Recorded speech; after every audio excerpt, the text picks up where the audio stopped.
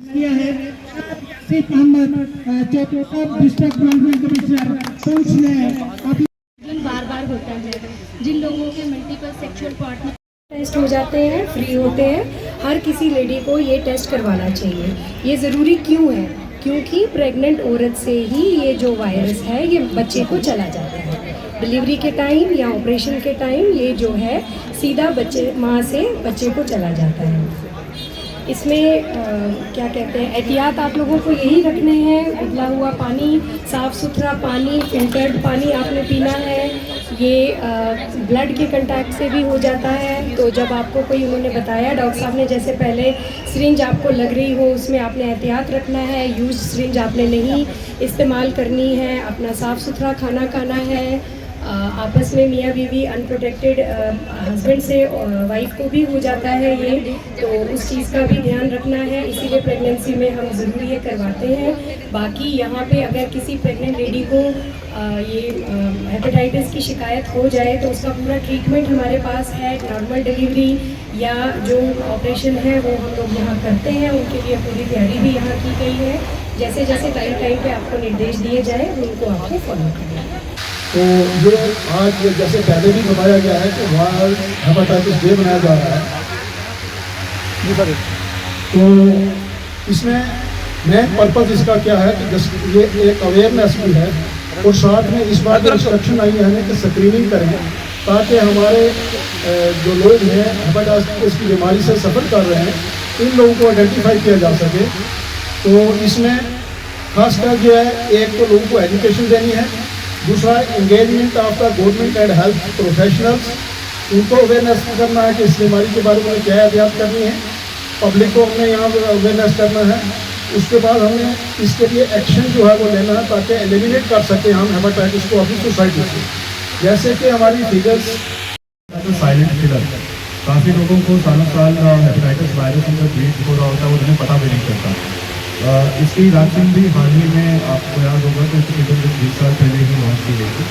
और ये पर्टिकुलर जैसे कि मुझे आपने तस्वीर बता दिया कि ज़्यादा ट्रांसमिशन खून के जरिए होती है या किसी और रखे कॉन्टैक्ट के जरिए।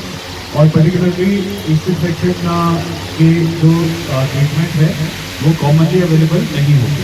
पहले तो मैं करूँगा कि कार्टेजेस आपके पास इलेक्ट्रॉनिक में हैं और ये जो ड्रग होते हैं DA वो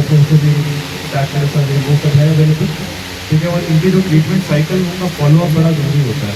तो ये जब एक बार दवाई लेके जा रहे हैं वापस, तो उधर लोकल PHC या सब सेंटर पे कोई बंदा होना चाहिए जो उसको रिमाइंड कराए कि इनकी ट्रीटमेंट पीरियड कब तक है, क्या है, इस चीज़ का खास कर मेरी गुजारिश होगी तमाम मेडिकल फेटर्निटी के निज़ाम से कि इस जो भी आप OPD चला रहे हैं उसमें अगर पेशेंट आपके पास किसी और मरीज के लिए आ रहा है फिर भी उसके अगर सिम्टम्स इंडिकेट करते हैं that he should be screen for hepatitis और any of the hepatitis, then he must be made aware about the same, उसे फैसिलिटेट करना चाहिए।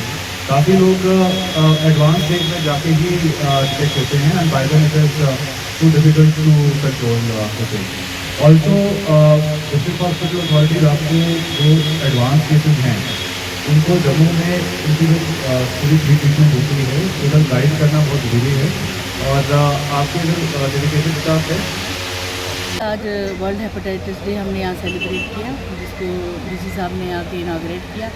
यहाँ पे हमने अवेयरनेस दी जनरल पब्लिक को, प्रेग्नेंट वुमेन को, तो वो जो बच्चे जो ड्रग्स में हैं उनको, और हमारे जो डायलिसिस पेशेंट्स हैं जो डायलिसिस पे हैं उनके सभी को रिगार्डिंग हेपेटाइटिस C के जो ये लीवर को डैमेज करता है और अल्टीमेटली जो लीवर डैमेज हो जाए तो ये बड़ा एक कॉस्टली अफेयर हो जाता है, क्योंकि लीवर ट्रांसप्लांट होना तो मुश्किल सी बात है हमारे लोगों के लिए इधर।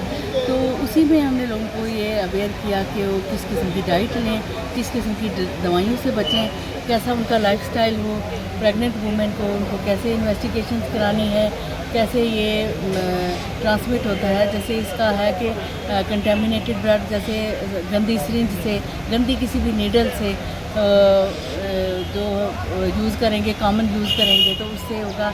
अनप्रोटेक्टेड सेक्स से, सेक्सुअल रिलेशनशिप से वो भी ये ट्रांसमिट होता है। और प्रेग्नेंट वूमेन जो है वो वैसे ही अपने बच्चों को ट्रांसमिट करती हैं। तो इसमें लोगों को बड़ी एहतियात बरतनी चाहिए कि हम अपनी डाइट कैसे रहें, हमारा लाइफस्टाइल कैसा होना चाहिए, हमारी हेल्दी हैबिट्स होनी चाहिए। और सिंगल सिरिंज यूज़ करनी है जहाँ कहीं भी, जो वो लोग पब्लिक भी अवेयर होनी चाहिए कि कोई हमें ऐसे कंटेमिनेटेड सिरिंज तो नहीं दे रहा है। तो उसी के लिए हमने ये प्रोग्राम किया है। तो हम लोगों से भी यही अपील है कि अपनी सेहत का कुछ मामलात में बहुत ख़ास ख्याल रखें और अवेयर रहें।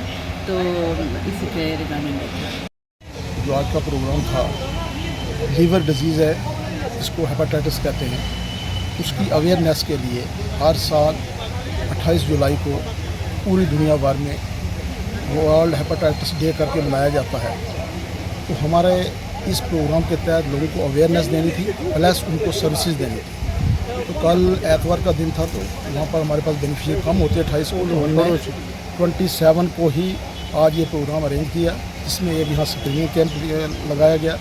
इसमें हमारे वर्दी डिप्टी कमिश्नर पुंछ ने इनागुरेट किया, जिसमें ये लोग जो इस डिजीज़ से सफ़र कर रहे हैं या जिनको इसका इन्फेक्शन है, उनको स्क्रीनिंग की जा रही थी। ख़ासकर इसमें जिन लोगों को ख़तरा होता है वो होते हैं, एक तो हमारी हमला होते हैं, प्रेग्नेंट लेडीज़ होती हैं।